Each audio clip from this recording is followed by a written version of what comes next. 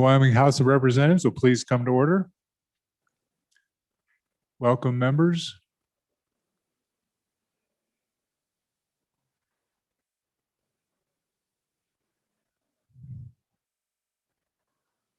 Chief Clerk, let's go ahead and call the roll. I think we got, looks like most of the committee here. Call the roll.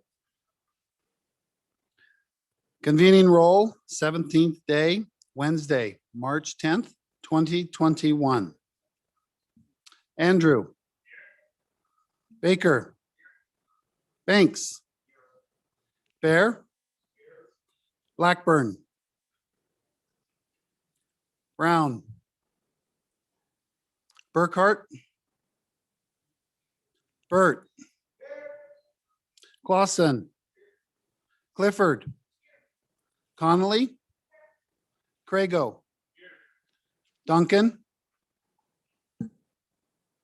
Eklund. Air. Littner. Fortner.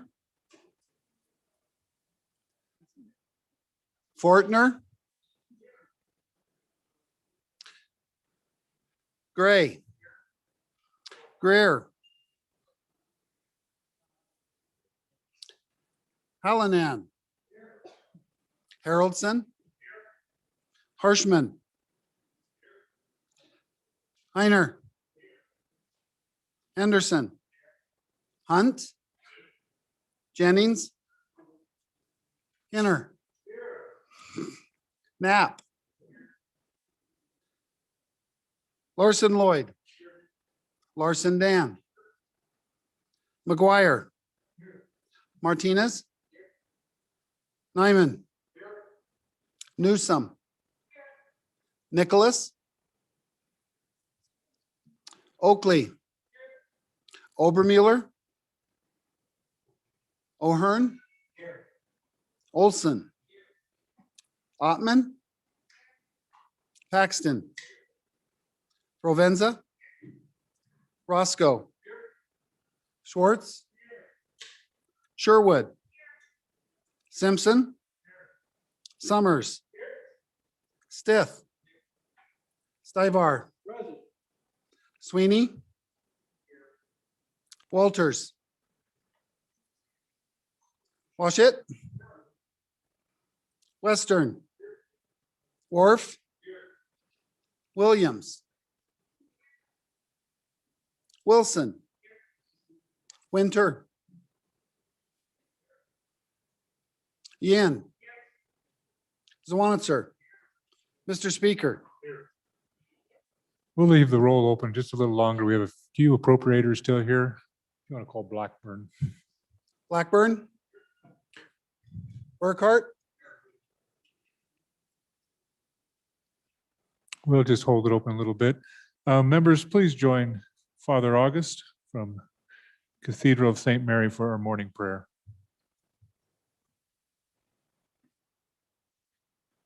The theme today is on light. Gospel Matthew chapter 5:16. Let your light so shine before all, that they may see your good works and give glory to your Father who is in heaven. Lord, thank you for the sun by day and the moon and stars by night that guide our feet safely along the many pathways in life. Lord, your light is eternal and life-giving, healing and fills the whole universe. The sun is mere darkness compared to your light, and your light is in each person. Lord, allow your radiant light shine in our hearts and minds so that the work we do in this chamber will truly be a great blessing to the people of Wyoming. Amen.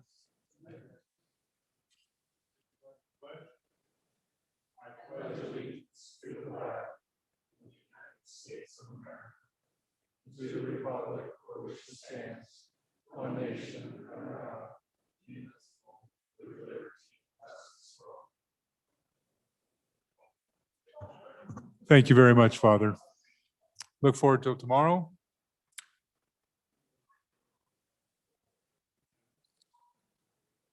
We need to finish out the roll, don't we?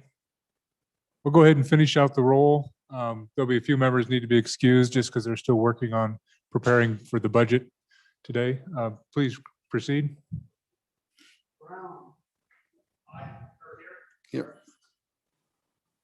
Duncan. Greer.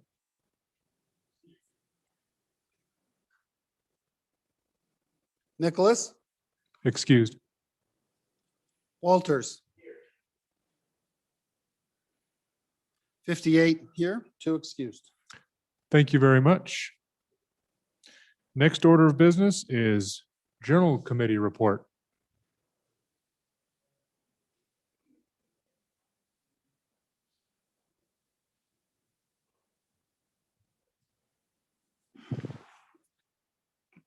Your Journal Committee reports that the Journal of March 9th, 2021 has been read and recommends that it be approved. Representatives Provenza and Haroldson. Thank you very much. So members, this will be the first reading in of introduction of Senate files.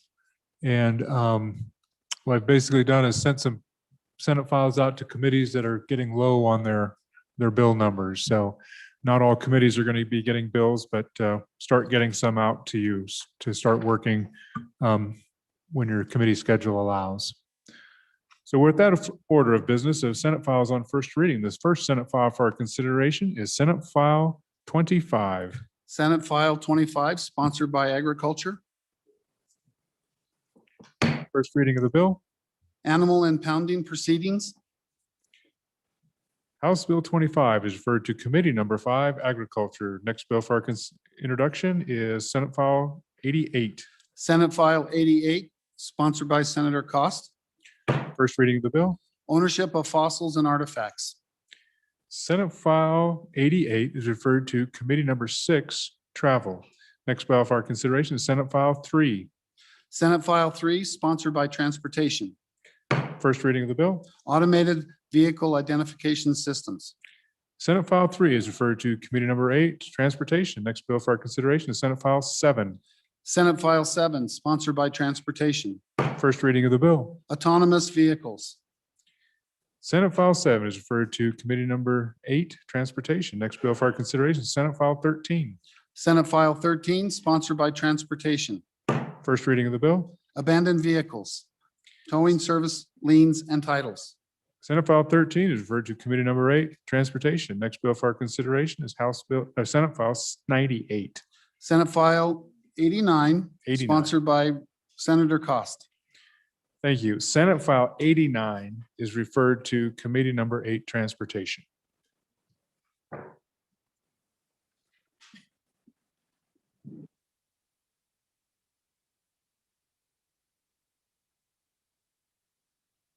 Reports from standing committees.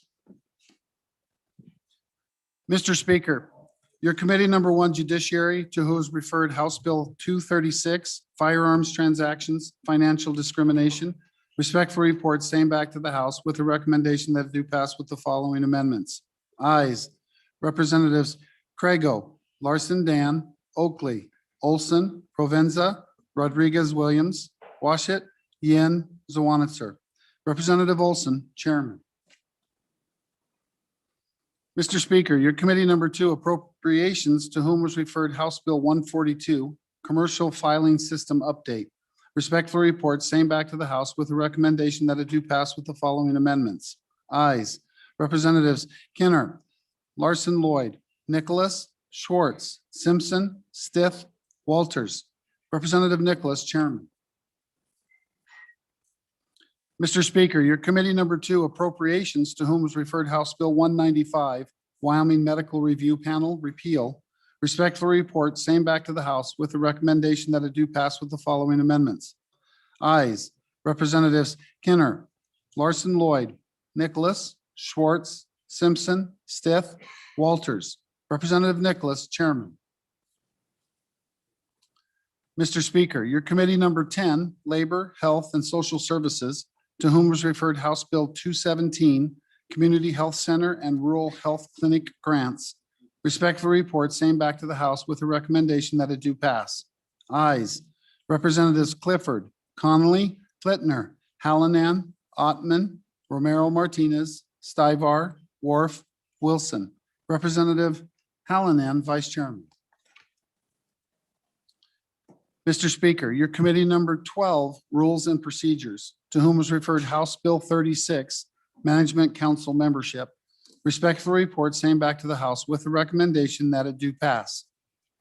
Ayes, Representatives Brown, Gray, Greer, Jennings, McGuire, Olson, Summers, Washit, Wilson, Zwanitzer. Noes, Representatives Barlow, Connolly, Yin. Representative Barlow, Chairman.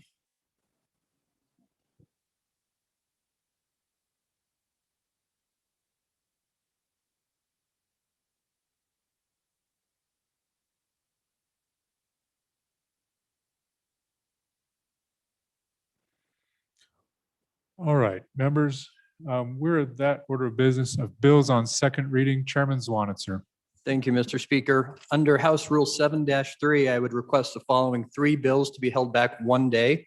House Bill 14, Rights of Way Along Public Roadways, House Bill 160, Election Ballot Order, and House Bill 179, Optional Municipal Tax Elections. It's my understanding all three will have amendments that are a little more complicated than were originally anticipated, and we need another day to present those to the body. So again, 14, 160, and 179. Thank you. So members, as the good chairman mentioned, there's a rule that allows the ability to lay back bills. It's without prejudice. And as you know, there were numerous, the staff was working on budget amendments last night and likely got behind on preparing some of the regular amendments for bills. So without objection, House Bill 14, 160, and 179 are laid back for one legislative day. The first bill on second reading, I guess I will also say that we are getting the amendments printed. Quite a few came in at the last minute, so they're getting put in order and they should be here and printed before we begin second reading on the budget. So the first bill for our consideration is on second reading is House Bill 67. Reading clerk. House Bill 67, sponsored by Representative Harshman. Geothermal energy review, an act relating to the administration of government. We do have an amendment. Chairman Harshman. Thank you, Mr. Speaker. I'd move second reading amendment number 1 to House Bill 67 and ask for your favorable consideration. Really, members, it's page 2 of the bill, really brought in committee by the good chairman of transportation, serves on minerals. It's on the representative from the University of Wyoming School of Energy Resources, appointed by the University of Wyoming Energy Resource Council. And so that was a change we're proposing also on the Water Development Commission, actually to change that to a more technical person from the Water Development Office. And so that appointed by the director. So those are the changes. I'd stand for any questions. Thank you. Any member for their first time? First time, seeing none. Members, we are voting on second reading amendment number 1, House Bill 67. All those in favor, please say aye. Those opposed, no. The motion is adopted. House Bill 67 having been read 2 separate times. The question is, shall the bill be read a third time? Hearing no objection, it is so ordered. Next bill for our consideration is House Bill 122.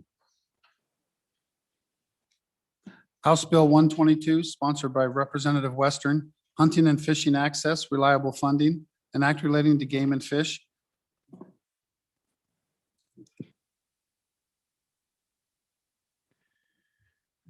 House Bill 122 having been read 2 separate times. The question is, shall the bill be read a third time? Hearing no objection, is so ordered. Next bill for our second reading is House Bill 150. House Bill 150, sponsored by Appropriations, State Budgeting and Expenditure Authority, an act relating to public funds and administration of government. House Bill 150 having been read 2 separate times. The question is, shall the bill be read a third time? Hearing no objection, is so ordered. Next bill for our consideration. That's the last bill for our consideration on regular second reading. Is that correct, Chief Clerk? Okay. So members, the budget bill will be is a separate second reading proposal. And now on our order of the day is the reconsideration that you were given notice of yesterday. So I just want to give briefly a discussion or an explanation of what we're going to be voting on. So as you noted yesterday, notice was given by Representative Yin regarding his desire. He voted on the prevailing side, his desire to ask for reconsideration of the third and final vote on House Bill 133. So the first vote will be whether the body agrees to reconsider the vote. So if you vote aye, you're agreeing to vote again on final passage of 133. If you vote no, then you do not want to take up 133 for third and final passage vote again. So the first vote, and there's no discussion and no debate on either vote. We vote once, and if it's an aye vote, we go to the vote on 133's third and final. If the first vote fails, we're done with 133, and it's out of order to have another reconsideration after initial consideration. So I just want to does any member have a question on the procedure that we're going to go through? There'll be a motion from Representative Yin, who gave notice yesterday. The first vote will be on whether we want to reconsider. If that passes, the second vote will be on final vote on a reconsideration final vote on 133 House Bill. Any questions from the body? Any questions from the body? Representative Yin. Mr. Speaker, thank you. Having voted on the prevailing side of House Bill 133, I move to reconsider the third reading vote on House Bill 133. Thank you, Mr. Speaker. Thank you, members. So we're voting on whether to reconsider House Bill 133. This is the reconsideration vote. Chief Clerk, please call the roll. Andrew. Baker. Banks. Bear. Blackburn. Brown. Burkhart. Burt. Clausen. Clifford. Connolly. Crago. Duncan. Eklund. Air. Flitner. Fortner. Gray. Greer. Hallinan. Haroldson. Harshman. Heiner. Henderson. Hunt. Jennings. Kenner. Knapp. Larson Lloyd. Larson Dan. McGuire. Martinez. Nyman. Newsom. Nicholas. Oakley. Obermuller. O'Hearn. Olson. Ottman. Paxton. Provenza. Roscoe. Schwartz. Sherwood. Simpson. Summers. Stith. Stivar. Sweeney. Walters. Washit. Western. Wharf. Williams. Wilson. Winter. Yin. Zawanitzer. Mr. Speaker. Closing vote. Are there any changes? Blackburn, aye to no. Further changes? Oakley? Further changes? Closing vote. The vote is closed. 32 aye, 28 no. Members, with your vote, you have voted to approve the motion to reconsider. So the chief clerk will now, I better get my script. Follow your script. So we're now having been Senate House Bill 133 upon reconsideration vote, having been read 3 separate times, the question is, shall the bill pass? Chief Clerk, please call the roll. Andrew. Baker. Banks. Bear.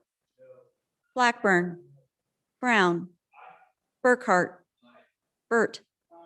Clausen. Clifford. Connolly. Crago. Duncan. Eklund. Air. Flitner. Fortner. Gray. Greer. Hallinan. Haroldson. Harshman.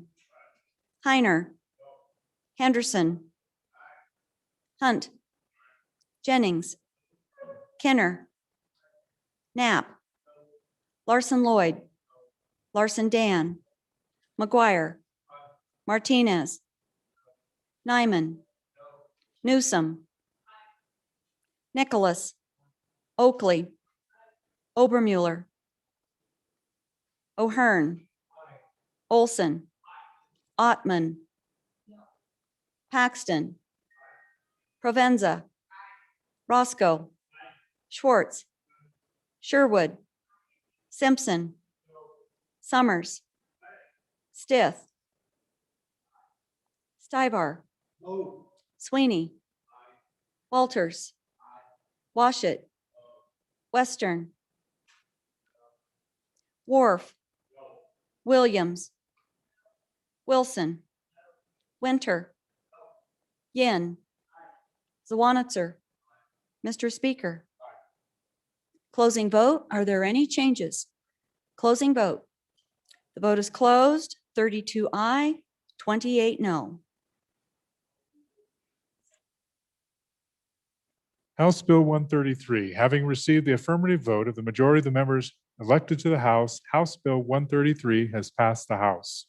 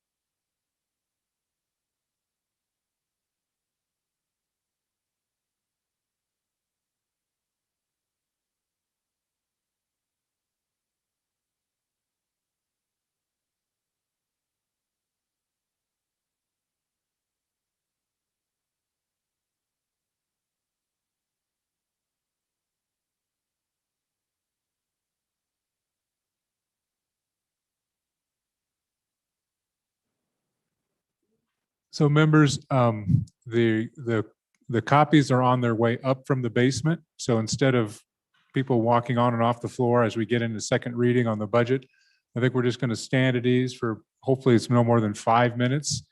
And what's going to happen is the copies are going to come in and then pick up a couple copies, one for you and your neighbors. So all 60 of you aren't going to the back of the room to pick up your copies of the budget amendments, and then we will convene. So we're going to stand at ease for hopefully no more than 5 minutes. Thank you.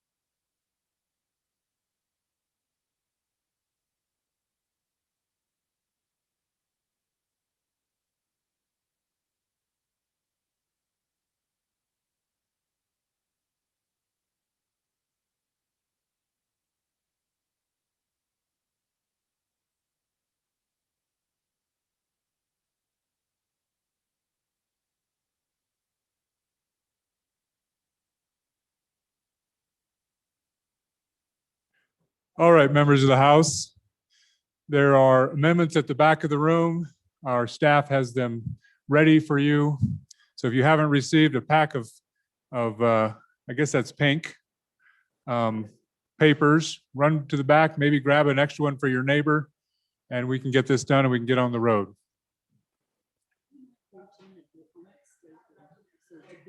So members, they should be in the proper order as they will be taken up. That was our intent. They are not numerically in order. They're in the proper order of the bill. They are not stapled, so please don't drop them. You're collating on your own after that. Any other member want copies of the amendments? Please proceed to the back and pick them up, and we're going to get started. And we have a few at the front if you're closer to the front.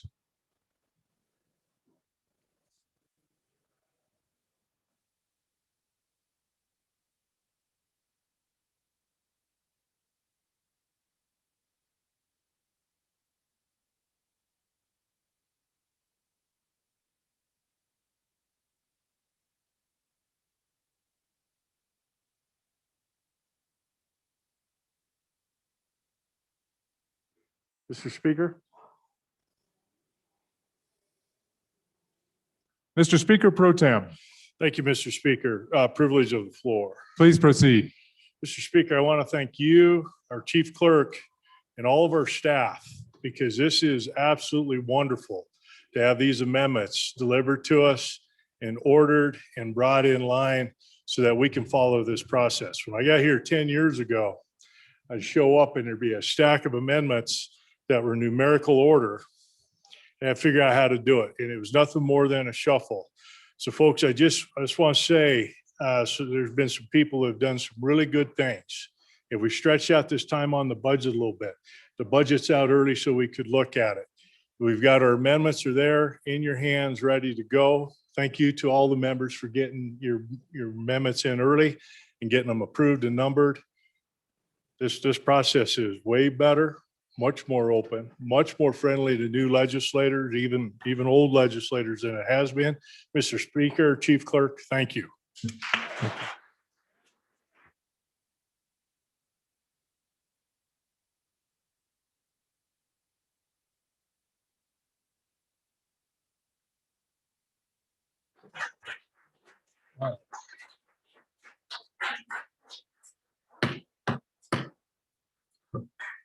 Thank you, members. So let's give credit where credit's due. It's Katie in the back and Sandy downstairs and Patty up here. They're the ones that are getting things done. And there might have been a little arm twisting from the Speaker Pro Tem to get this done too. So let's give credit where credit's due. So thanks to them.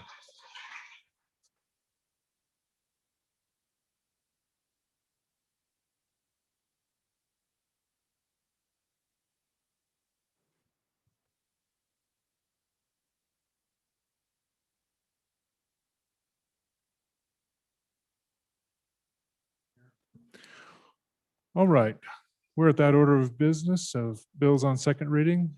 The only bill for our consideration is House Bill 1. Reading clerk. House Bill 1, sponsored by Appropriations, General Government Appropriations 2, an act relating to the supplemental appropriations and reduction of existing appropriations for the operation of state government for the fiscal biennium commencing July 1st, 2020 and ending June 30th, 2022. Having been read 2 separate times. Oh, there are amendments, aren't there?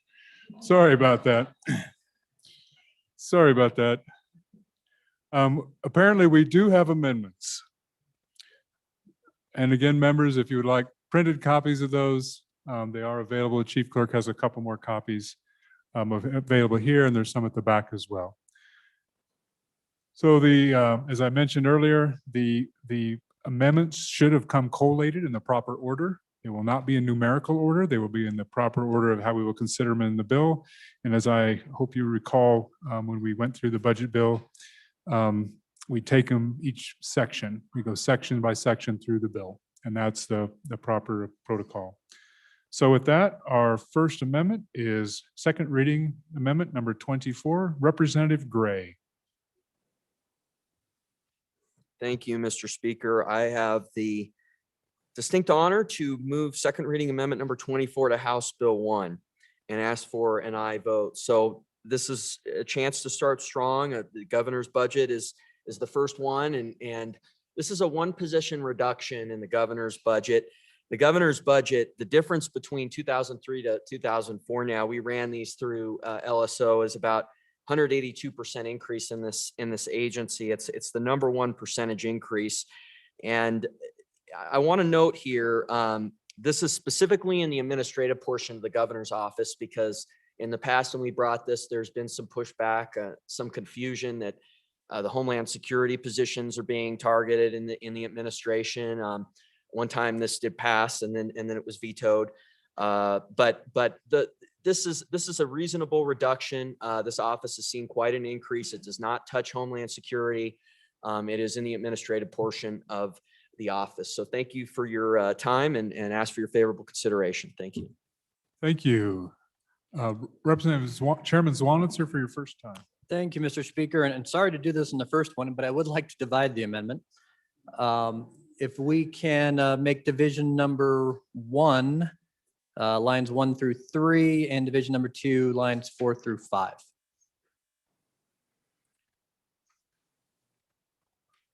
Division 1 is 1 through 3. Division 2 is 4 through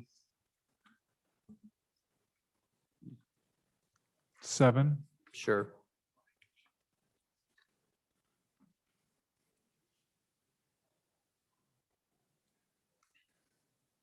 It is divisible. What's your, what division would you like to take up? Let's take up division 1, please, Mr. Speaker. So we're beginning on Division 1, House, second reading amendment of 24, lines 1 through 3. Chairman Zwanitzer. Thank you, Mr. Speaker, and I am in favor of this portion of the decrease. I don't believe in necessarily cutting positions, but cutting some funding.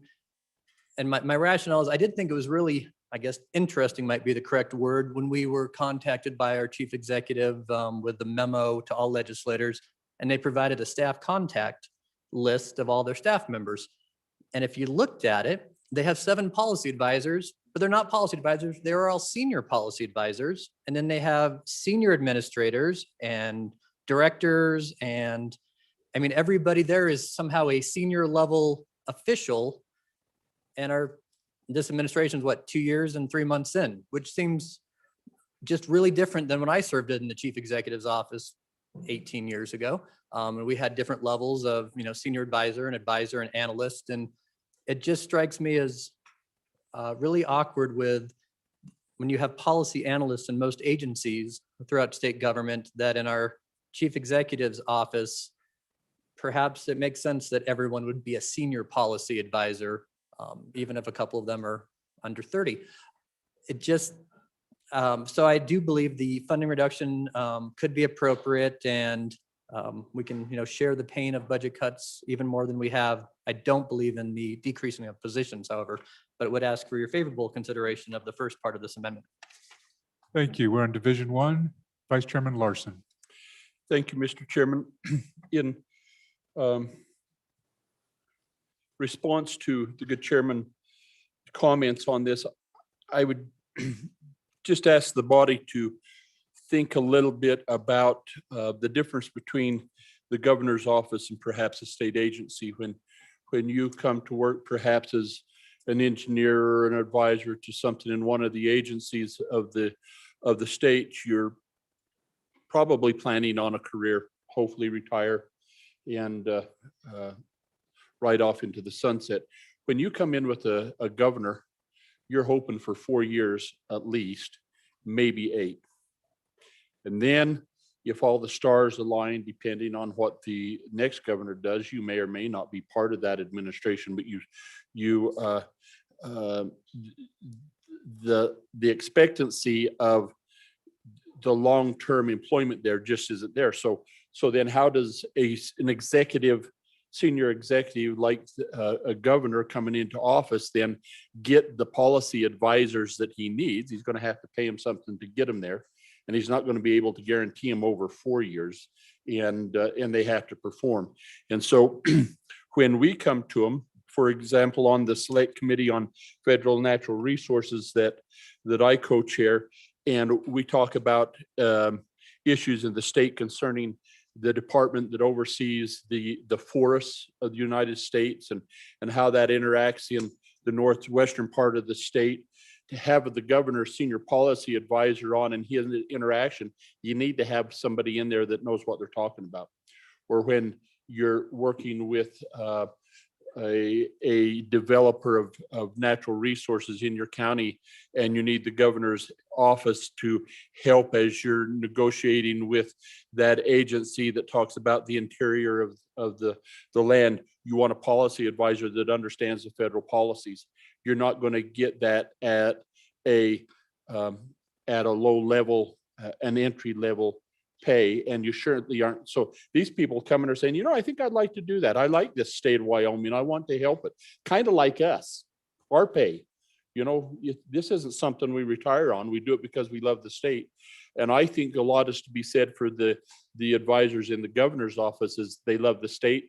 They have confidence in the person that was elected, and they really want to help and influence the policy of the state moving forward. So I think a reduction of the funding, and I would say on the Second Amendment, both would be not in the best interest of the state, and certainly would encourage you to vote against both of them.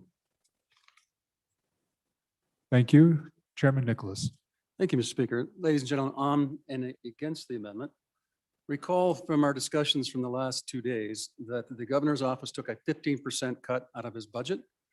Recall also that he has the lowest number of employees since 2005. Now, the good representative bringing the amendment talked about the size of 2004, between 2004 and 2005. Well, that was the addition of Homeland Security. So if you take out Homeland Security, he has the same amount of staff numbers as 2004.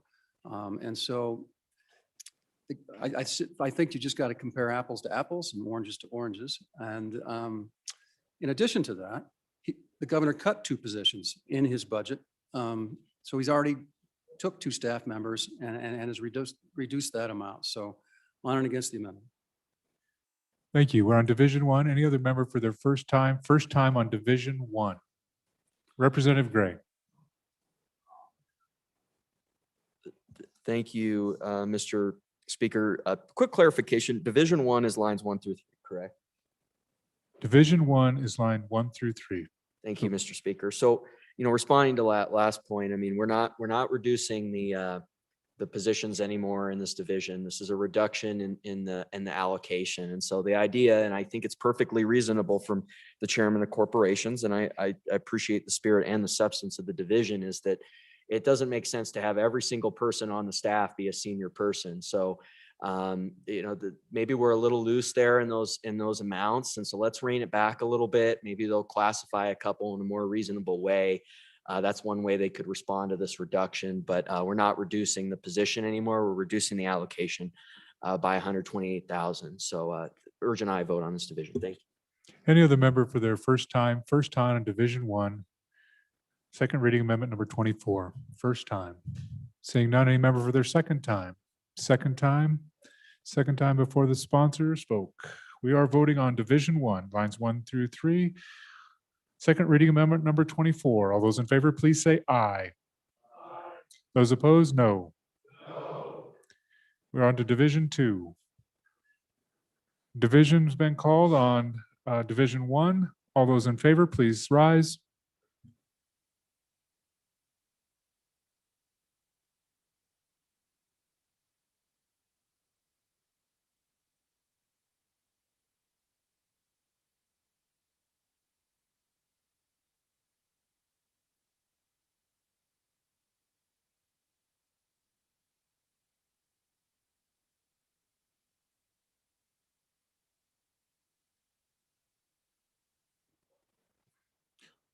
All those opposed?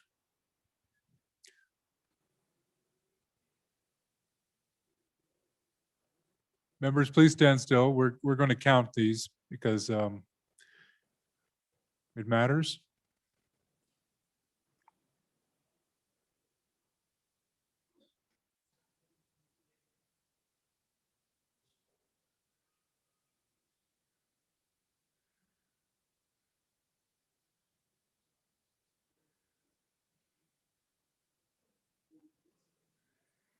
2434.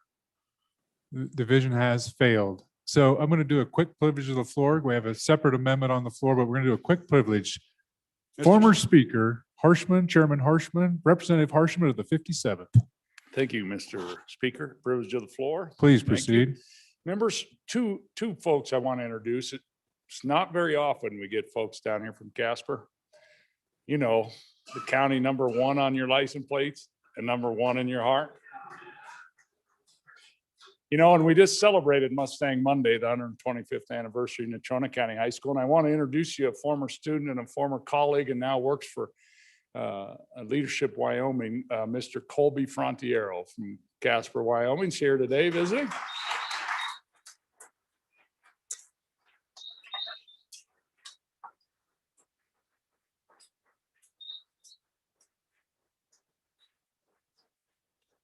And then it gives me great privilege and honor to introduce a colleague of mine, a fellow member of the 57th and former chair of this committee of appropriations, former majority floor leader from beautiful Bighorn, Wyoming, Rosie Berger. Welcome back to the House.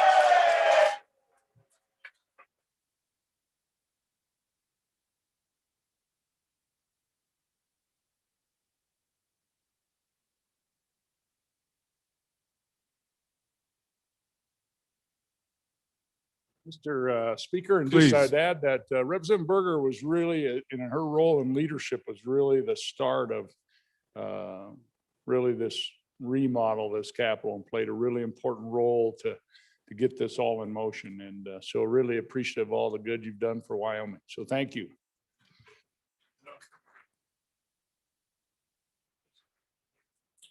Thank you very much, Representative Harshman, and welcome Colby and Rosie, if I could be so informal as to say, Rosie, it's wonderful to see you and have you back in the People's House. All right, we're on Division 2. Chairman Zwanich, are you divided? If you'd like to go first, you're welcome to go first. Thank you, Mr. Speaker. I believe appropriations did a fairly good job of cutting positions, and I'm generally not in favor of cutting current state employees' jobs. So the body can do as it wishes on this part of the amendment. Thank you, Representative Gray, for your first time Division 2. Thank you, Mr. Speaker. Vote aye. Any other member for their first time? Chairman Nicholas. Thank you, Mr. Speaker. So ladies and gentlemen, this is a filled position. There is no vacant position, and so they'll have to fire someone from the office if you pass this amendment. Any other member for their first time Division 2, second time? We are voting on Division 2, second reading amendment number 24, lines 4 through 7. All those in favor, please say aye. Those opposed, no. The division has failed. So both divisions failed. So second reading number 24 has failed. Next amendment for our consideration is second reading amendment number 25. Chairman Flitner. Thank you, Mr. Speaker. I move second reading amendment number 25 to House Bill 1, and I ask for your favorable consideration. Members, you've all received a fair bit of information recently about a recent invasive species that has been contained, we hope, within our borders, but the effort is to try to make sure that we contain it and not have it spread. And I want to just speak to this for a moment to educate you about why this is such a serious threat to our great state. I am speaking about zebra mussels, which were found recently in a pet store in Wyoming, as well as other pet stores in surrounding states. Zebra mussels form large clusters and clog boat motors, water intake pipes, pumps, causing massive infrastructure and private property damages. Our neighboring state to the north has provided great insight to what the cost could be to our state if this animal were to get established within our borders. Annual mitigation costs are in the millions. Sprinkler irrigation systems, water treatment facilities, ranchers, farmers, hydropower infrastructure changes, hydropower lost revenue due to downtime, costs to recreational boaters, loss of revenue for anglers, loss of revenue to tourism, not to mention what it could do to our species that reside within the waters of our state. It would run in the hundreds of millions of dollars if this were to get established. What this amendment does is it takes $100,000 from the general fund, puts it back into our executive's emergency contingency fund. The money is to be expended only for this particular outbreak and crisis. And any unexpended funds would go back to the general fund by January 2022. I stand for questions, and if no questions, I call for the question and ask for your favorable consideration. Thank you, Chairman. Representative Schwartz, first time. Thank you, Mr. Chairman. On and against the amendment, and while I agree with everything the good chairwoman said about zebra mussels, currently the department that manages both animals and aquatic species has a large account that is already dedicated to this. It comes from stickers on boats. I believe the balance in the account is over $2 million. So I don't think at this time it is necessary to appropriate $100,000 for this effort. But I agree that we all need to be conscious of the zebra mussels and make sure moving forward that they do not get into our water systems. Thank you, Representative Western, for your first time, and then Representative Hunt. Please proceed. Thank you, Mr. Chairman. I rise in support of this amendment. I cannot stress enough just how serious an issue these things are. And they have cost some of the Great Lakes states billions of dollars, and preventative maintenance is the cheapest and most effective maintenance. And I absolutely think that this amendment can help the state of Wyoming do that. So please vote aye. Thank you. Thank you, Representative Hunt. First time. Thank you, Mr. Speaker. On and in support of the amendment. Folks, the recent news that we've all been hearing the last several days of the discovery of these mussels in a pet shop has kind of pushed this issue that's sort of been lingering over our heads for many years as a possible problem.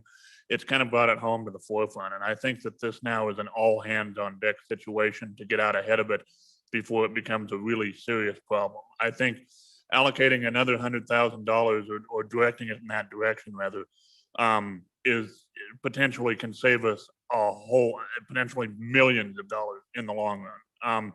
I remember my freshman year, former member who used to sit back over there from Fremont County. One time he brought in a piece of PVC pipe that had been mounted from a reservoir that was not in Wyoming. Can't remember. I think it might have been down in southwest part of the country. But that thing was absolutely coated in these mussels, and it was disgusting. But it was mussels upon mussels, and it's if you look down the pipe itself, it was just absolutely clogged, and that was just an example of what they were having to deal with at that time, 10 years ago or more, in that reservoir, of tearing out all of that lake's infrastructure in an effort to rebuild it after the damage that had been caused because all of its piping, all of its plumbing was clogged by these things. So anyway, on and in support of the amendment, I think that this is a little bit that could potentially go a long way and save us a lot in the future. Thank you. Thank you, Representative Larson. Dan. Mr. Speaker, thank you.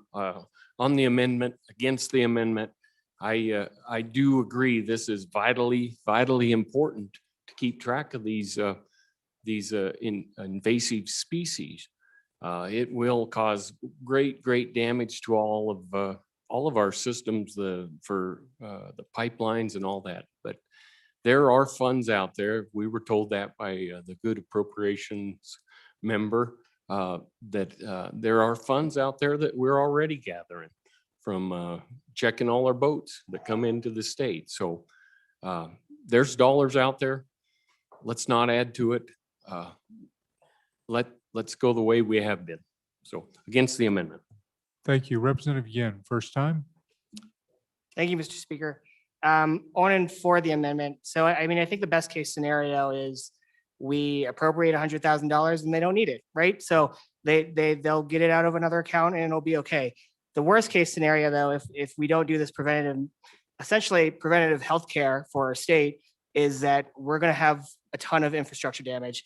And I think none of us, especially in a budget crisis, want to make sure that the infrastructure that we have in place stays in place as long as possible.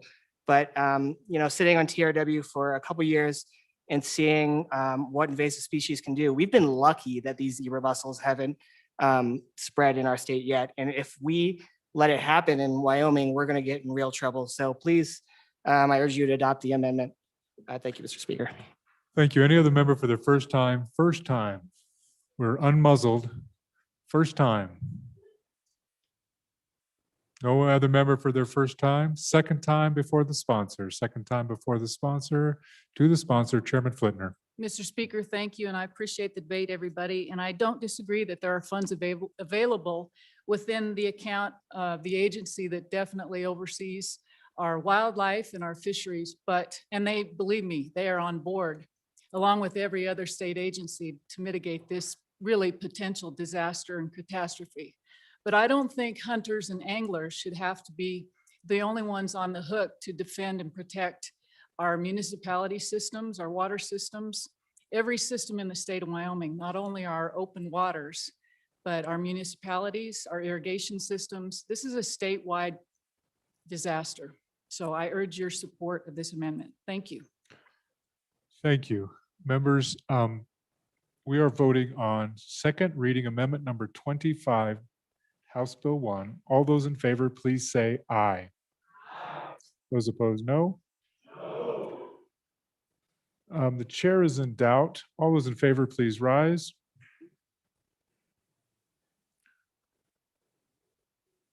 And now you know why I was in doubt, because it was a lopsided room.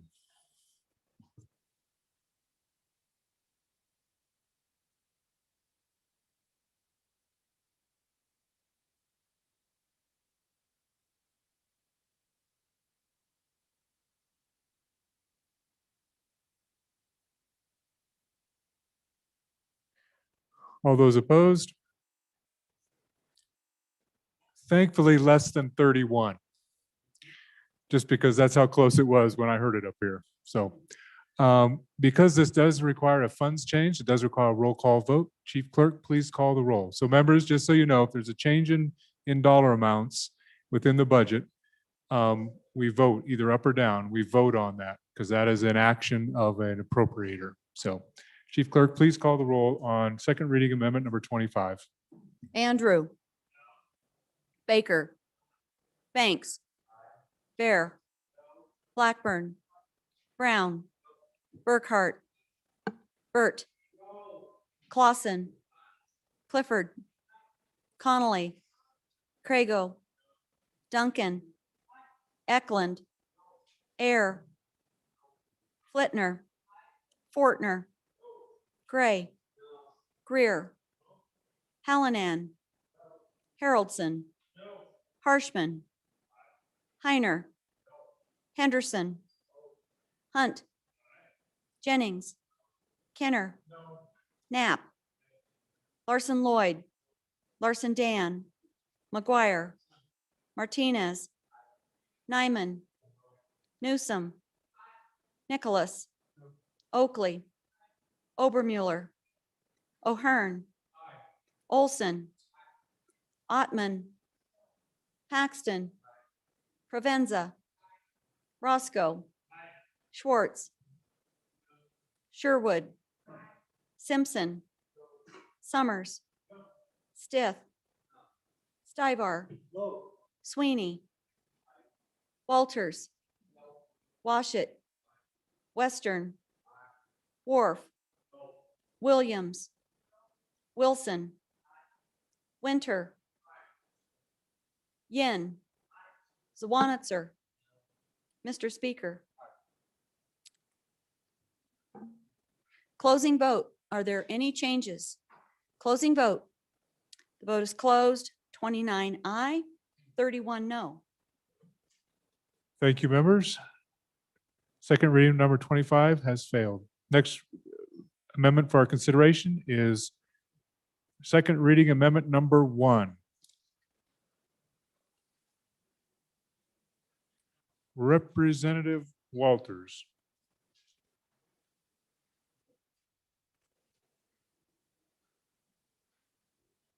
Representative Walters. Thank you, Mr. Speaker, and I bring to you members second reading amendment number 1 to House Bill number 1 and ask for your favorable consideration. And so what this is, members, is it's an expenditure of $2,034,000 for the veterans property tax exemption. And so why is this needed? Well, this is needed because if we make the reduction in the treasurer's office, which is really just, in the office number 4's office, I believe it is. If we make that reduction, all we do is save the state money and shift the burden to all of our counties. And the counties don't have the ability to generate revenue quite like the state does. And then if we shift that burden to the counties, the property taxes are what pay for our schools. And so it's really a compounding effect. We have had some legislation that the committee had brought forward to hopefully curb some of these expenditures. That has not moved forward at this time. And so the office needs this money to make sure that our counties are not left hanging, left holding the expense for these veterans property tax exemptions. So what this does is it holds the counties harmless, makes them whole, and I'd ask for your favorable consideration. Any discussion on the amendment? First time, any discussion on the amendment? Any discussion? Seeing none. All those in favor of second reading amendment number 1, House Bill 1, please say aye. Those opposed, no. The amendment has been adopted. It obviously requires an increase. Chief Clerk, please call the roll. Second reading amendment number 1.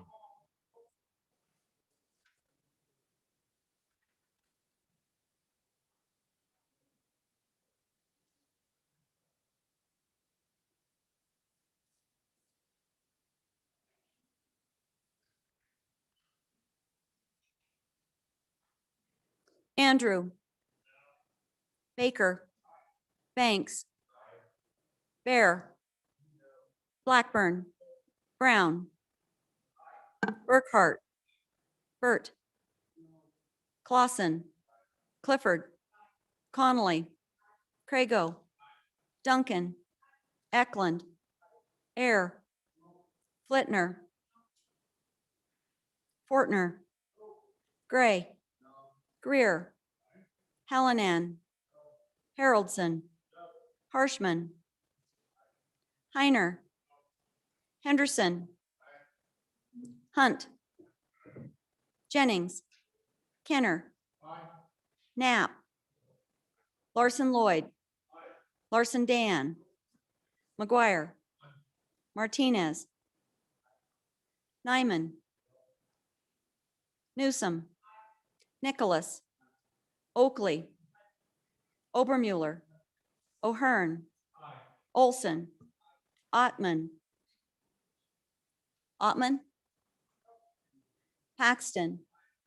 Provenza. Roscoe. Schwartz. Sherwood. Simpson. Summers. Stith. Stivar. Sweeney. Walters. Washit. Western. Wharf. Williams. Wilson. Winter. Yin. Zwanitzer. Mr. Speaker. Closing vote. Are there any changes? Greer, aye to no. Further changes? Closing vote. The vote is closed. 35 aye, 24 no, 1 conflict. Thank you. Second reading amendment number 1 has passed second reading. Next amendment for our consideration is second reading amendment number 26. Chairman Nicholas. Thank you, Mr. Speaker. I would move amendment or second reading number 26 to the budget. And ladies and gentlemen, I talked a little bit about this earlier. And so just to refresh memories, back in 2015, we modified and changed how we invest dollars at the state treasurer's office. And what we did is we said, let's not spend so much money on outside professional managers. We were spending close to $70 million a biennium on managers. Now we spend less than $50 million a year on managers because we brought the investments internally, And so we have a crew of about 9 professional investors who invest our state funds. And interesting enough, in addition to saving the $20 million+ on the investment professionals, they also have outperformed the folks that we replace. So we had added income as a result of the quality of the investment. So over 60% of our permanent fund portfolio now is managed internally. And it's remarkable. But what the problem that happened is we kind of got the cart out before the horse. We set up the system. We have the professional investors there doing, but in order to do this, you got to have back office personnel to do the accounting and auditing of all the transactions that they do. So, and I don't know if any of you followed it, but we had problems over the last year and a half in the state treasurer's office keeping up with the bookkeeping on a monthly basis. They didn't have it because they didn't have the personnel to do it. And in addition to that, they were doing most of the books by hand. I mean, literally doing spreadsheets on all these trades and transactions, hundreds of them basically through the year. And so we in the legislature last year authorized a study from a group down, it's called CLA, it's just the initials of the accounting firm. They came and spent 2 or 3 months working in the treasurer's office, analyzing the process, what they were doing, how they did it, and what we need to make this a truly professional internal investment team, similar to other large endowments across the world. And they said, well, this is pretty easy. First of all, you've got to have sufficient accounting people. Typically, you need 3 to 4 people in the back office and middle office for that person who's up there who's doing the trading. We have one person per person. And so we said, well, maybe we're not going to overreact. We're not going to go hire 9 or 12 or 15 people. We'll start with 3. So this is basically the first step of that report. And that report, I think, will be published sometime in the next week or 2, and everyone will have access to it. But we've been working with the chief executive and with the treasurer's office and with the IFC, that's the investment funds committee that manages, kind of oversees this process. And everyone agrees that we've just got to put more people in the back office. We've also got to add a computer system that is up to date in order to do these funds, so that it's not all spreadsheets. So all this is in the process. It's kind of a continuous, ongoing work that we do. And these funds, by the way, don't come out of general funds. They come out of the investment returns. And so we don't see this on our goldenrod, but it's funds that come out of the returns. And so be happy to answer any questions, and please support the amendment. Any member for the first time on Amendment 26, second reading amendment of 26, first time, seeing none. Members, we are voting on second reading amendment number 26, House Bill 1. All those in favor, please say aye. Those opposed, no. The amendment has been adopted. It does require a in-funds increase over $100,000. I'll just make a note here that when we adopted our rules, we had a $100,000 platform. Anything less than $100,000 as far as a numerical change in the budget would not require a vote. So this one is certainly over $100,000. So Chief Clerk, please call the roll on House 226. Andrew, Baker, Banks, Bear, Blackburn, Brown, Burkhart, Burt, Clausen, Clifford, Connolly, Crago, Duncan, Eklund, Air, Fletner, Fortner, Gray, Greer, Hallinan, Haroldson, Harshman, Heiner, Henderson, Hunt, Jennings, Kenner, Knapp, Larson Lloyd, Larson Dan, McGuire, Martinez, Nyman, Newsom, Nicholas, Oakley, Obermuller, O'Hearn, Olson, Ottman, Paxton, Provenza, Roscoe, Schwartz, Sherwood, Simpson, Summers, Stith, Stivar, Sweeney, Walters, Washit, Western, Wharf, Williams, Wilson, Winter, Yin, Zawanitzer. Mr. Speaker. Aye. Closing vote. Are there any changes? Closing vote. The vote is closed. 37 aye, 23 no. Second reading amendment number 27 has, 26 has passed the House. Passed second reading. Next one for our consideration is second reading number 27. Chairman Nicholas.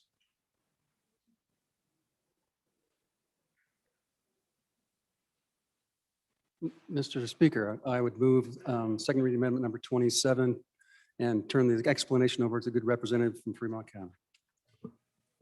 Vice Chairman Larson. Thank you, Mr. Chairman. And the exercise that you're participating here on the floor today is not unlike the ones that we participate in JAC when we go through the budget amendments or through the budgets with the agencies. And when Agency 27 came before us, which was the Department of Construction, you'll recall that we modified the governor's rec and we put back in a funding for a position for a project manager because of it was something that they needed for all the projects that they have going on around the state. Well, in order to accomplish that and still wanting to keep within compliance of trying to reduce budgets, I looked elsewhere to find where I could make those reductions in positions that I could do. So I reflected back on the work we'd done last year on the capital construction bills and remembered that we had moved a lot of the responsibility from the agency that handled that into the Department of Construction. So I went back to A&I, and I hope that's okay to use that, Mr. Chairman, and took two positions and the funding and to compensate for the not taking it out of Department of Construction. And we looked at the positions, they had been open. One had been open for quite some time and one, less than 6 months. Well, the one that was less than 6 months was a senior electrician and with that does the maintenance in the Capitol and the other state buildings that was vacant that they were trying and still are trying to recruit. And maybe in my haste, didn't fully understand the impact of swapping that reduction. So this is an effort to put that position back in the department so that they can keep up with the maintenance rather than have it contracted out. And so I'd encourage an aye vote. Any other member for the first time on Amendment 27? First time Amendment 27. We are voting on second reading Amendment number 27. All those in favor, please say aye. Those opposed, no. The amendment has failed. Next amendment for our consideration is second reading amendment number 2. Representative Duncan. Mr. Speaker Pro Tem, when you have a moment, would you come to the front, please? Representative Duncan, please proceed. Thank you, Mr. Speaker. I move second reading amendment number 2 to House Bill number 1. This amendment basically is a property tax refund for the property tax refund program. It is putting, deleting $752,321 and putting in $1,504,642. What it is basically it is a poverty program, and it's getting tax relief for these poverty. You have to be a Wyoming resident of 1 year. You have to be over 65 or over 18, totally disabled. A single income has to be less than 17,000, and married income has to be less than 28,000, and your assets have to be less than 25,000 per adult. The credits are anywhere from $800. And it's just a really good program. It's helping the neediest of the needy. And each county in the state has some of these people, and it greatly benefits each county. So I urge an aye vote. Representative Stith? Mr. Chairman, Yes. thank you very much. On and against this amendment. First off, this is not a poverty program. If we all want to have low taxes, right? And the key for us to have low property taxes is for everybody to pay the property taxes on the homes they own. In our society, about 2/3 of folks own their homes and about 1/3 don't, right? So and who are the poor people in society? The poor people in society are the ones who don't own their homes. So, and this does nothing for tenants, for renters. What this does is it gives a property tax break to homeowners. So under the principle of equality, the only way our society is going to work is if we all pull our own weight here.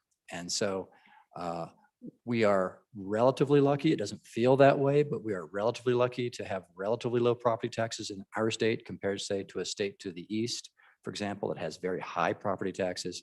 If we want to keep our property taxes low, we need to have everybody pay it. It's not a poverty program. These are homeowners. So on and against the amendment.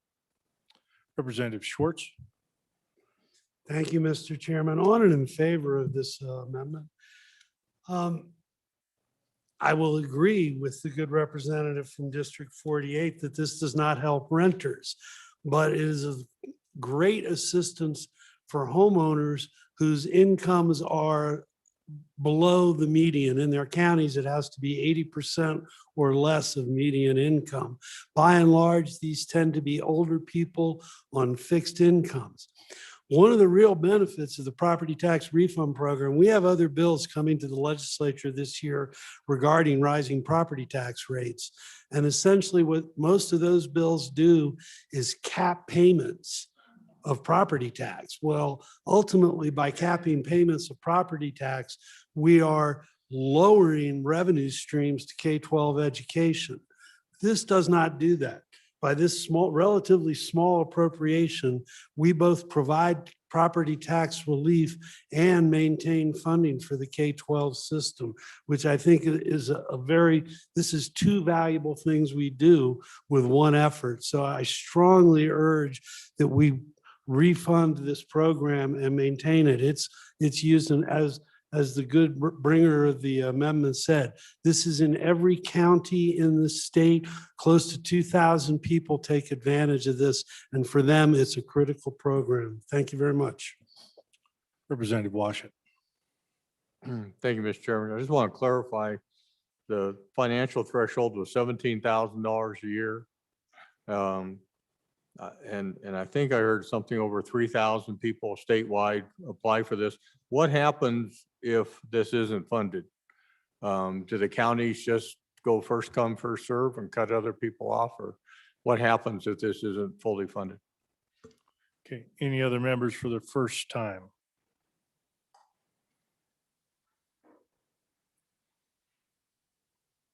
Representative Yin. Mr. Chairman, to answer the previous bringer's question, I do believe it is first come, first serve. So when that pot of money runs out, people who will be basically on the risk of delinquency will become delinquent. And so there is the possibility that people lose their homes if we don't fund this program. Thank you, Mr. Chairman.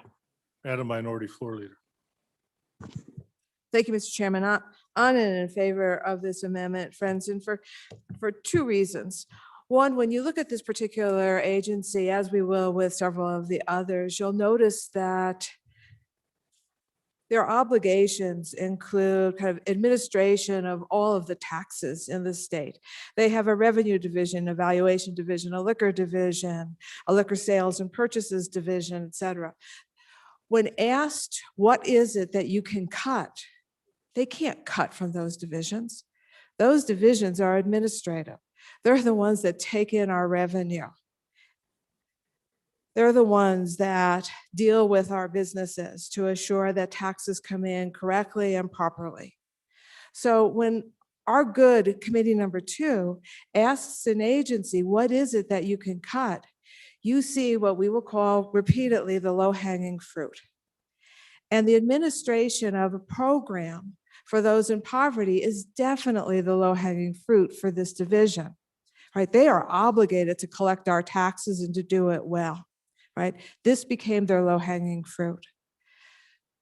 Also, the second reason is, and the good bringer of the amendment alluded to, this is a poverty program. You can look at 3913-109C. There are pages and pages in our statutes to determine eligibility, right?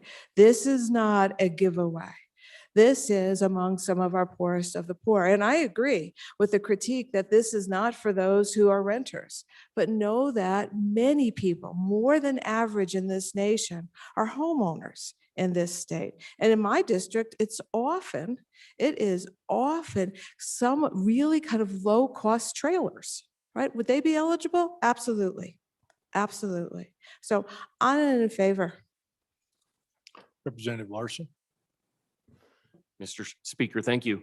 On the amendment against it, I guess my question would be, is there some COVID money that's going toward this already? And hopefully they have an answer on that. Any other members for the first time? Chairman Olson. Yeah, thank you, Mr. Speaker Pro Tem. On and for this amendment, folks, I think a lot has been said about what the good of the program is. I look at it from a fiscal standpoint of what the amendment actually does. The program, so you read it as you're adding money back in, but the original appropriation, I should say, was around $2 million. So when it was reduced to 1.5 with this addition, there's actually still a $500,000 cut to the program. So you got to circle back to the original committee work to know that it started at $2 million. So even with adding this back, I still think we're being fiscally prudent. We're not adding back the full $2 million. So I think you got to keep that into consideration. Adding in the difference here, it's not going to result in Armageddon for the state of Wyoming, but for those people who may lose their homes, that very well could be Armageddon for them. Thank you, Mr. Speaker. Any other members for the first time? Okay, moving to second time. Members for the second time. Representative Schwartz. Thank you, Mr. Chairman. In just response in response to the question from my desk mate, this is not related to COVID dollars that might be available. This is totally separate, and these people probably wouldn't even qualify because the COVID, you have to establish a relationship of loss of income to this COVID, and in this program, that is not the case. Representative Stiff. Mr. Chairman, thank you.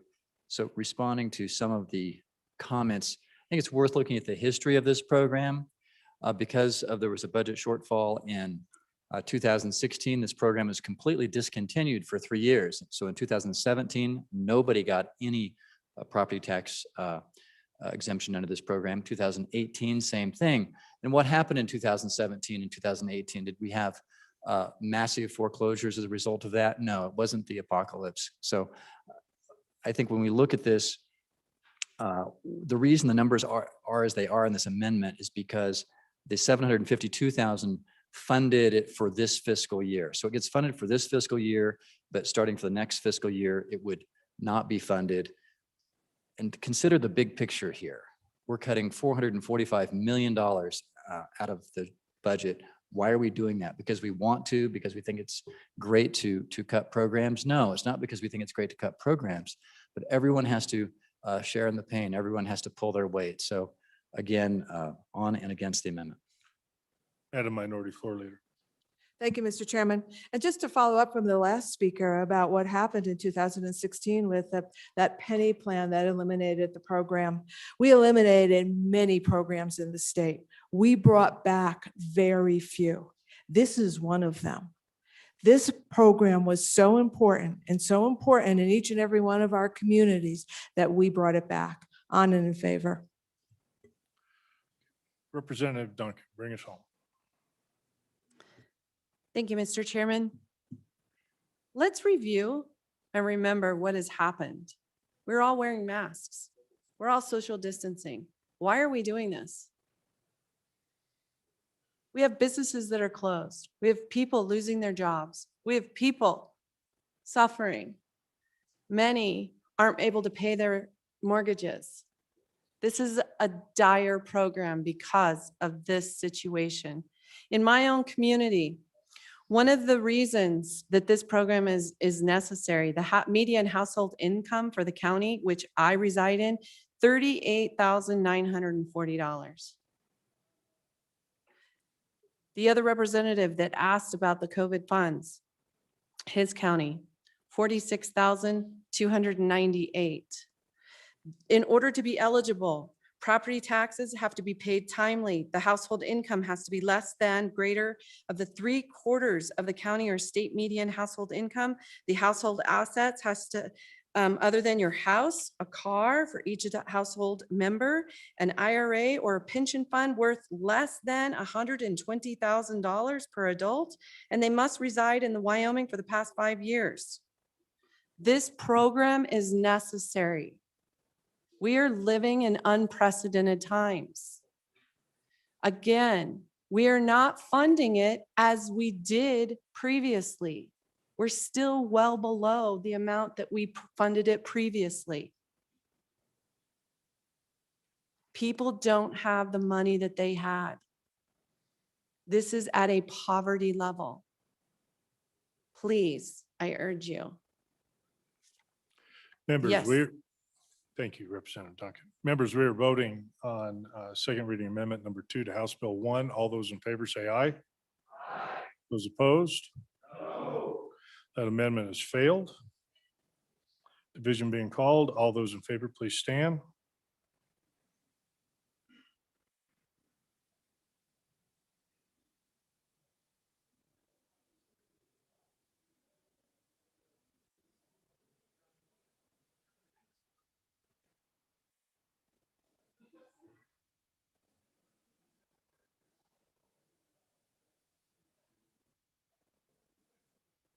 $29, okay. All those opposed, please stand. I'm against. I'm down.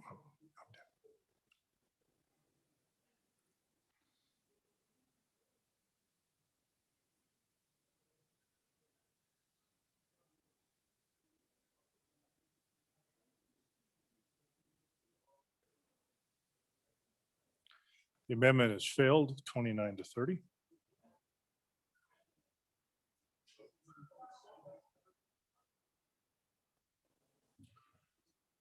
The next amendment for our consideration is amendment number 3 to House Bill 1. Representative Baker. Thank you, Mr. Speaker Pro Temp. I would move second reading amendment number 3 to House Bill 1 and ask for your favorable consideration. Members, if you'll check your email, and I sent an email out at 10:22 this morning, has a couple documents in there that I'll be referencing. The first attachment is really the one that I'd like to take a look at first, if you could. So just starting off with the amendment. What the amendment does is it adds $800,000 to the Attorney General's office for the school funding equity litigation unit. And so just to take a look at the email there, the attachments, the first page of the attachment is actually the budget book, as is the second page. And the third page, and I apologize just for those members, you may have to right click to rotate things through and rotate it a couple times, right click it a couple times to get it through the right way. But the first 2 pages are the budget book. The third page is actually the fiscal note from House Bill 81, which is the estimate from the Attorney General's office that they provided that shows that they estimate a need of $1.596 million, so roughly $1.6 million for defense of the legislature's school funding position. So that would include an additional 4 attorneys, 1 paralegal. And I think it's important that the legislature do our due diligence. So just not to go back and forth here, but if you'll just follow with me on the email on the first page there, the reductions impact. So it says, said another way, we will have to prioritize the work done by court deadlines or mandatory work, things such as criminal appeals, defending suits against the state, and termination of parental rights. This means that our responsiveness to other work will slow, and we will be less timely in our advice to our clients or our client agencies. Our contract review will take longer, and we will need to file less support and intervening briefs. So I don't want to draw this out and have a discussion about the funding model here, but really discussion on this amendment is whether it's appropriate for us as legislators to do our due diligence and make this agency whole in possible preparation, or whether we should just abrogate that duty to the executive and force him to pull money from somewhere else and use the B11 process. So onto the amendment quickly, the general fund, it takes in, increases it under the general fund. So if you'll recall, initially we started out with a $27 million shortfall. Now we have a $18 million surplus in the general fund. So again, just a brief discussion. There's been 5 cases that have gone to the Supreme Court. Washakie was in 1980, Campbell's 1 through 4, 1995, 2001, and 2008 was the last lawsuit. Those are all Supreme Court suits, not municipal, not circuit, not district court. Very expensive for the state to defend these cases. So again, I think that it's appropriate for us to do our due diligence, and I would ask for your favorable consideration. Representative Newsom. Thank you, Mr. Chairman. I just have a question. With the $800,000, there seems to be no increase in employees at all, full-time, part-time. Where would this money all go to contract lawyers, or where would this money go if we're not hiring more attorneys to do this work? Thank you. Any other members for the first time? Chairman Nicholas. Thank you. Ladies and gentlemen, on and against the amendment. So we're not in litigation right now on the school litigation. There were 4 folks that for many years, because there was lots of litigation going on back in the old days when I was in the Attorney General's office, they were a busy bunch. But I would suggest that until the litigation starts and until it's filed, why would we add 4 positions back in for something that we don't know what's going to happen? So I'm just on and against the amendment. Any other members for the first time? Okay, member for second time for the sponsor. Go ahead, Representative Baker. Thank you, Mr. Speaker Pro Temp. So just to be clear, there won't be any positions added. You'll have to go back to the second page in the email for the first attachment to understand a little bit about the cuts and to follow the numbers a little bit. You'll see 3/4 of the way down is the school funding program account. And there was a step 2 reduction of $440,000, which left the total governor's rec at $826,000. So there's approximately $826,000 in the account now. They project a need of $1.6 million. So again, this is just making them whole. We can debate whether there'll be potential litigation or not. That's really not the issue here. The issue is whether the state and this office should be made whole.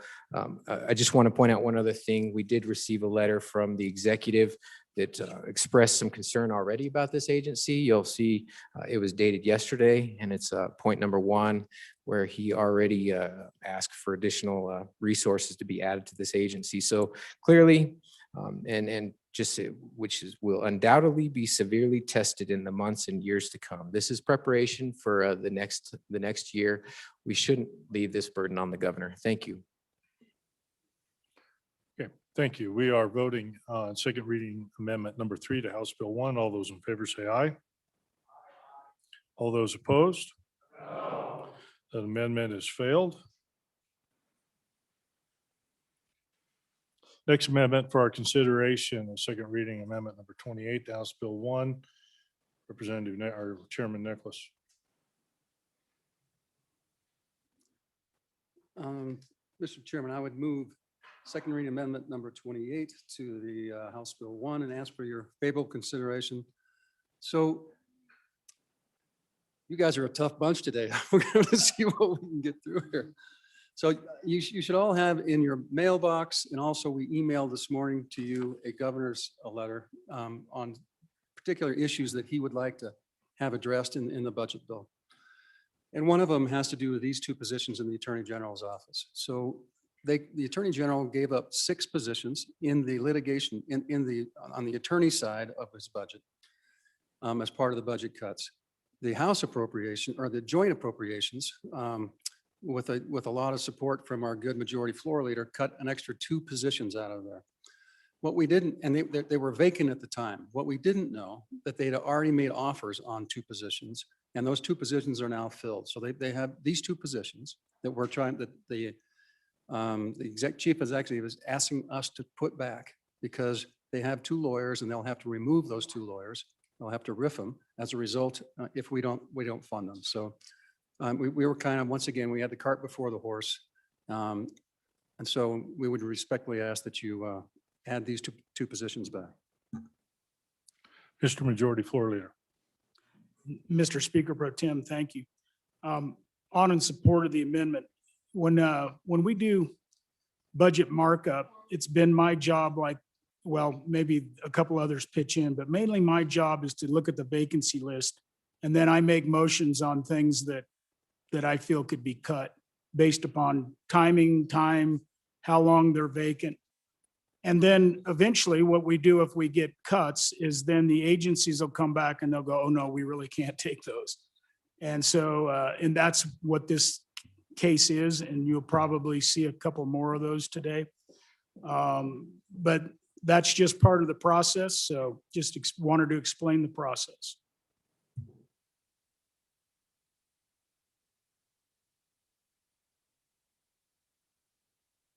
Thank you. Representative Stiver, first time.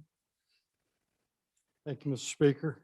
Question I got for the bringer of the amendment is how many lawyers are in the Attorney General's office now? And how many, I don't want to word this, how many attorneys are in there? And how many contracts do we have out there hiring lawyers to do litigation for us? Thank you. Representative Chairman Olson for your first time.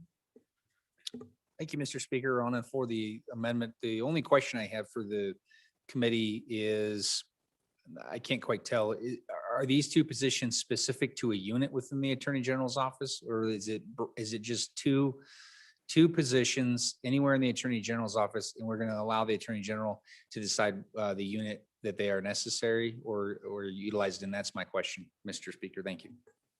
Thank you. Representative Gray and then Chairman Greer. Thank you, Mr. Speaker. I'd urge a no vote on this. The Attorney General's office took one of the lowest percentage reductions of any agency in Wyoming state government. It's also one of the agencies that grew the most compared to 2003 to now, which was the greatest period of growth in Wyoming state budget that first 5-6 years. And so there's a lot of work that comes through here, but I would have thought this would have been one of the higher reduction agencies, frankly, if I were to list them. And so I think the argument that this position was filled in the intervening period, we get that occasionally. And I don't think that's not good enough not to move forward with the reduction. I don't think that argument's good enough. So I'd urge a no vote on this amendment. Thank you. Thank you. Chairman Greer. Thank you, Mr. Speaker. So I rise in support of the amendment, and brothers and sisters, think of what we've been talking about for the last couple of months, for the last 6 months. We're all large, again, let's just say the majority of us are very upset at what's going on in the country. And the rules and regulations are being pushed down upon us. And those rules and regulations are affecting every one of our agencies. They're having to have them looked at by their legal counsels, keeping them busy. We have numerous initiatives, and I've heard many of you in this room say we need to push back. We need to file litigation. We need to follow suit of other states. We're going to have to do that to survive. I agree. We've got some bills coming through my committee. I hope to get one out doing just that. This ask here is to make sure that we've got enough staff, enough personnel on board to do that. Now, you say, okay, well, a lot of this coal port litigation, if we're able to push back on the actions by other states that affect how we burn coal, you say, okay, we'll use contract attorneys to do that. Well, it takes in-house attorneys, okay? So being a CEO / in-house counsel, I know this. It takes time, takes expertise to be able to manage those out-of-house counsel to make sure the litigation is moving the right direction. So just as we look at this, think about what we are demanding of the executive. Think of the pressures being pushed upon the executive branch by the federal government, and take that into consideration when you cast your vote on this. So I would encourage an aye vote. Thank you. Thank you. Any other member for their first time? Representative Larson, Dan. Mr. Speaker, I'd like to divide the amendment, lines 1 through 3, number 1, and the remaining number 2, and do number 1 first.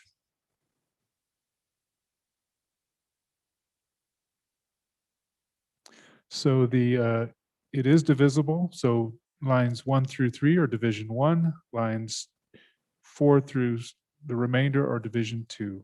We'd like to begin with Division 1. Please proceed. Representative Larson, Division 1, second reading of number 28. Mr. Chairman, I would say let's vote against the Division 1. That's 0.2% of their budget. I think they could find that. Any other comments on Division 1? Representative Gray, Division 1. Thank you, Mr. Speaker. I would urge a no on Division 1. I want to push back a little bit on some of the points that were made by my colleague and from House District 27, the chairman of Minerals. You know, I'm all for pushing back on the federal government, but the Attorney General has made it clear that they aren't comfortable filing these. And when they do, which we had a 2-year back and forth that I did a lot on the coal port, that they said, and this was in the governor's budget, that they weren't willing to be involved in that would have to be a 900 series expenditure. And they would not be filing that on their own. And I've signed probably on 3-4 letters to bring litigation, pushing back on the feds, and they have yet to bring any of those. And the track record has been pretty clear that anytime there is litigation to push back on the feds, it's going to be done via some contract, via 900 series, not in-house. And, you know, the idea that the in-house folks have to really review it. I mean, there was one ask, we had a letter we signed that was just simply signing on to a litigation that I think 30 states had already initiated. I mean, it would have taken all of probably an hour and a half or 2 hours to have a couple attorneys review the brief and then just have the Attorney General sign it. And they still said no. And I really push back against the idea that there's a lot of support on some of these. I mean, I think that oftentimes there's another state that's taking the lead. I think we should take the lead more, but the current office has made pretty clear that they're not willing to do that. So I would urge a no vote on this. Thank you. Thank you. So on Division 1, the funds, lines 1 through 3, Chairman Nicholas. Thank you, Mr. Speaker. So on and against the amendment, ladies and gentlemen, let's just, if you take out the funds, and obviously they won't have the positions. And so by dividing it up and just having funds versus position, I would just suggest that we're looking at the amendment as a whole. So let's answer a few of the questions about this. There are 89 lawyers currently, there were 89 lawyers in the AG's office, right? The other 220 odd positions all combined is DCI. There's more members of DCI in the AG's office than there are attorneys.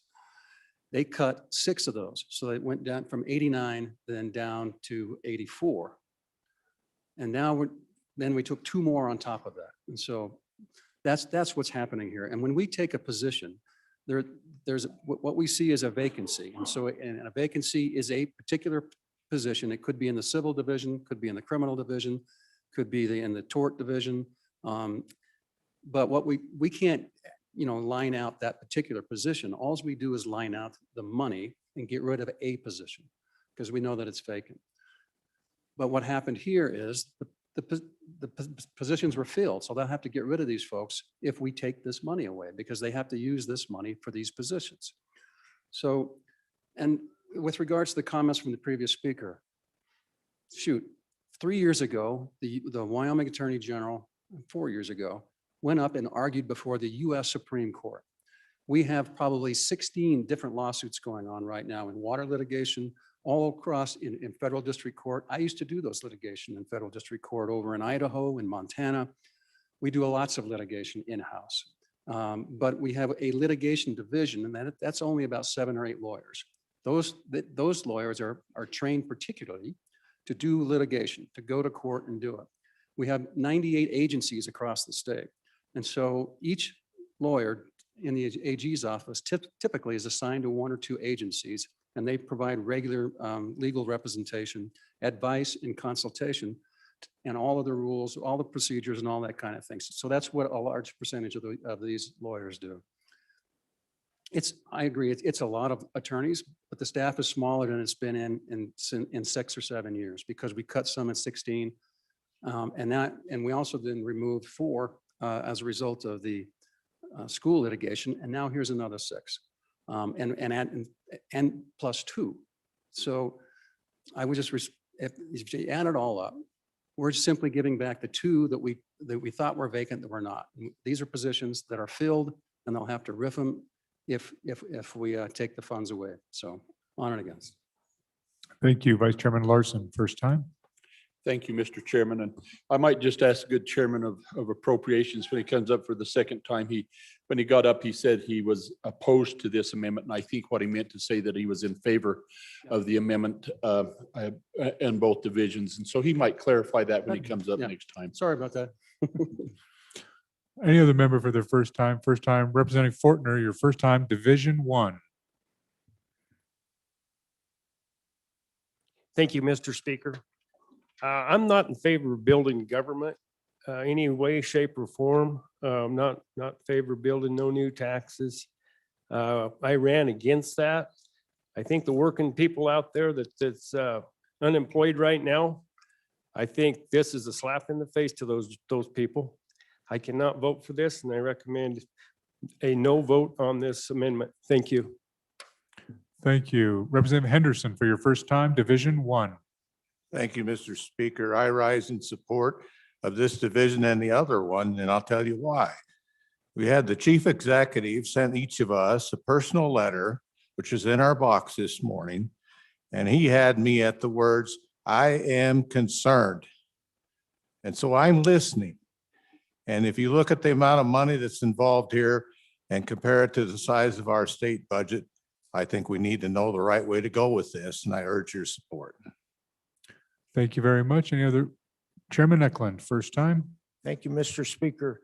I guess an example that we might see in this, I'm in favor of this and not cutting the Attorney General. And I believe it would be foolish to do that because an example would be in water litigation. We had a set of our lawyers that went and fought a state north of us over water rights, and the state to the north of us spent millions and millions of dollars with outside attorneys, and our cost was a fraction of that amount, and they really whipped those other attorneys. So I really think we want to be careful about this division and our ability to defend the state of Wyoming.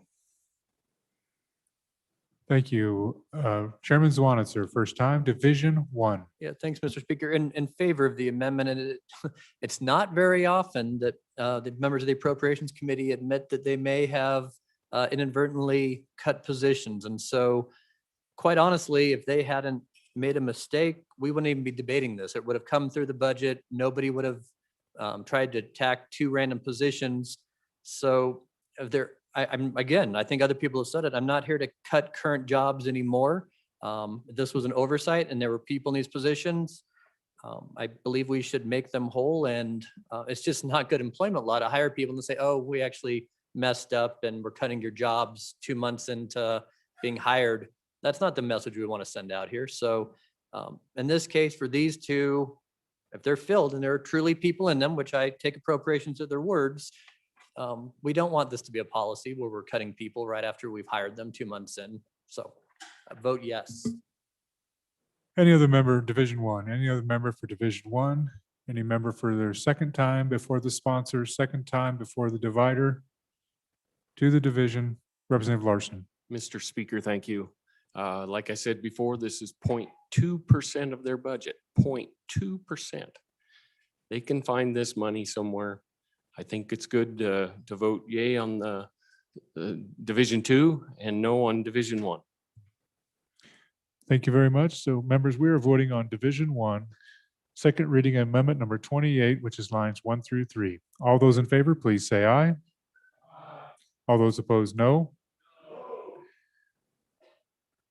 The division has been approved. Division being called. All those in favor, please rise.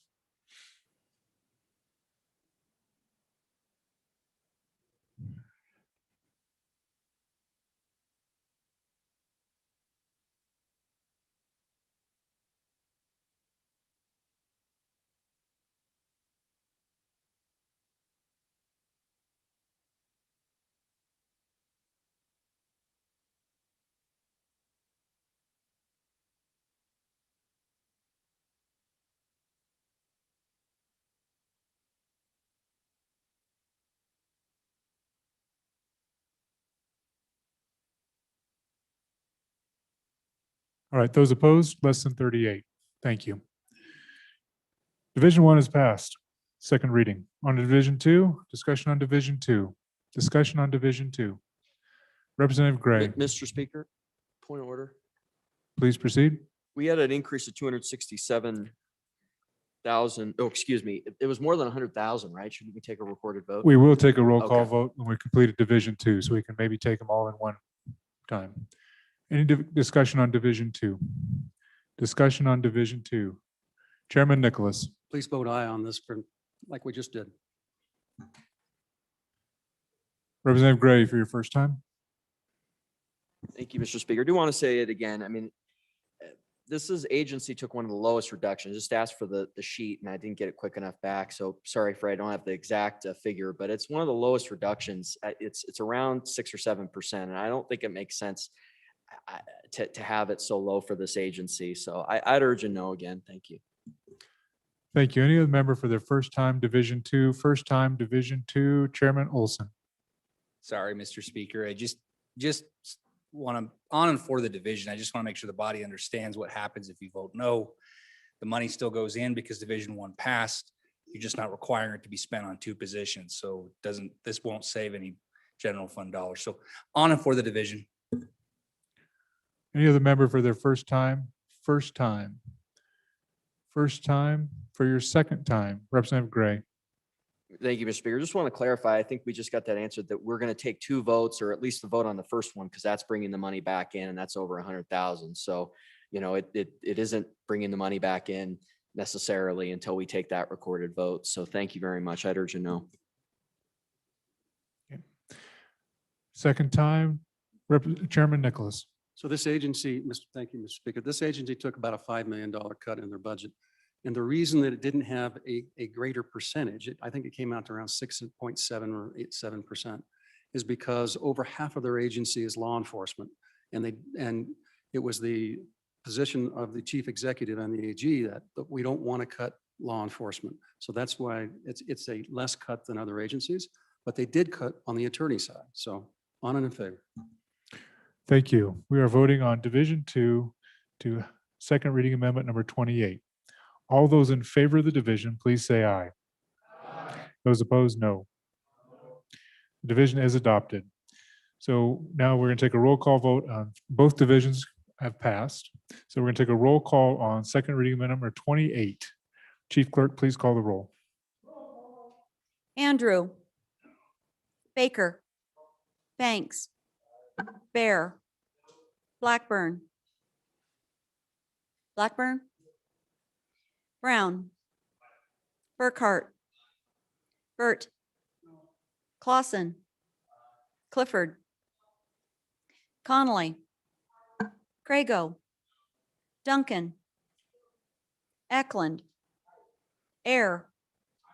Flitner. Fortner. Gray. Greer. Hallinan. Haroldson. Harshman. Heiner. Henderson. Hunt. Jennings. Kenner. Knapp. Larson Lloyd. Larson Dan. McGuire. Martinez. Nyman. Newsom. Nicholas. Oakley. Obermuller. O'Hearn. Olson. Ottman. Paxton. Provenza. Roscoe. Schwartz. Sherwood. Simpson. Summers. Stith. Stivar. Sweeney.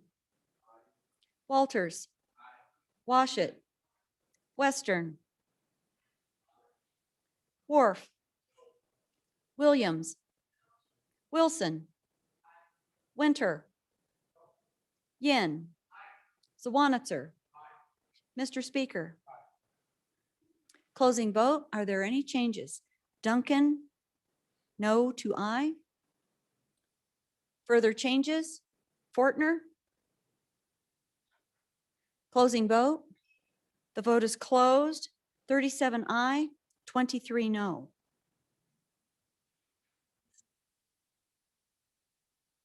Second reading number 28 has passed.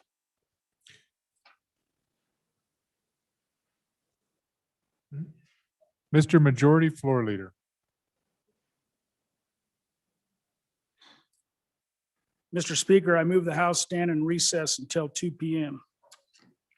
Thank you. Any committee announcements? Committee announcements. Chairman Zwanitzer. Thank you, Mr. Chairman. Your committee number 7, Corporations, Elections, and Political Subdivisions will meet at 12:15 in EO5 to hear House Bill 199, Vehicle Insurance, House Bill 143, Municipal Services Recovery Actions, and House Bill 185, Wine Assessment on Shipment. Thank you very much. Chairman Paxton. Thank you, Mr. Speaker. Your committee number 4, Education, will meet in 5 minutes in room number 3 to consider the following bills. House Bill 165, Wyoming's Tomorrow Scholarship. It's a continuation from last week or Monday, and House Bill 154, School Finance, School District Reserves. House Bill 120, Hathaway Scholarship Success Curriculum, Middle School. And if time permits, House Bill 152, Hathaway Eligibility Requirements. Thank you. Vice Chairman Larson. Thank you, Mr. Chairman. Your committee number 2 will be meeting today on noon recess to hear House Bill 125 and 128 and continuation on 198. Thank Be you in the very JC much. room. Oh, my apologies. Any further announcements? Further announcements. So members, based on the pace that we are at right now, we have 7.5 hours of second reading for this afternoon. Based on the pace we're at right now, we have 7.5 hours based on the number of amendments of second reading this afternoon. So the House stands in recess until